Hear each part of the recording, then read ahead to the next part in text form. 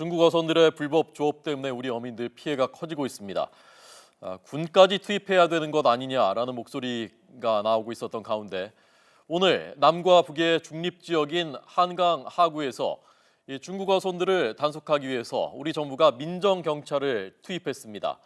민정경찰은 비무장지대 안에 들어가는 군인을 민정경찰이라고 부릅니다. 비무장지대이기 때문에 군이 들어갈 수가 없고 그래서 민정경찰이라고 부르는 것입니다. 우리 정부는 이 사안이 민감하다는 것을 고려해서 북한 쪽에도 이런 내용을 사전에 통보했습니다. 국방부에 취재하고 있는 김세호 기자 나오십시오. 네, 국방부입니다. 네, 지금은 작전이 끝났습니까? 네, 오늘 오전 10시부터 시작된 중국 어선 단속 작전은 조금 전 끝났습니다. 정부는 앞서 이번 단속은 중국 어선 납포보다는 중국 어선들을 해당 수역 바깥으로 나가도록 하는 데 목적이 있다고 밝혔습니다. 정부가 한강 하구 중립 지역에 민정경찰을 투입한 것은 지난 1953년 이후 처음입니다. 민정경찰이 투입된 곳은 강화 서북쪽 보름도와 서검도, 교동도 인근 해역으로 최근 중국 어선의 출몰이 잦았던 곳입니다.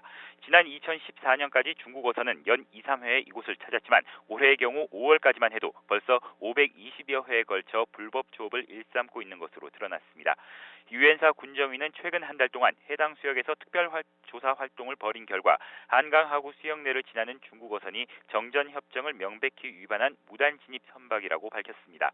민정경찰은 해군과 해병대, 해경, 유엔사 군사정전위 요원 등으로 구성됐으며 단속 선박에는 태극기가 아닌 유엔사 깃발을 달았습니다. 정부가 한강 하구에 해경이 아닌 민정경찰을 투입한 건 이곳이 정전협정의 제재를 받는 중립수역이기 때문입니다.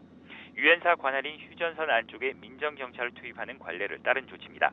정부는 이를 위해 유엔사 군사정전위원회에 협의를 거쳤으며 만일의 상황에 대비해 북측에도 단속 내용을 사전 통보한 것으로 알려졌습니다.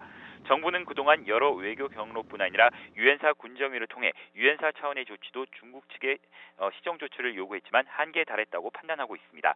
정부는 우선 우발적 군사 충돌 방지를 위해 북한에 대북 전통문을 보내 민정경찰 운영과 관련된 사항을 사전에 통보했습니다. 또 중국 측에도 불법 조업을 할 경우 단속 과정에서 안전에 문제가 있을 수 있다고 미리 알렸습니다.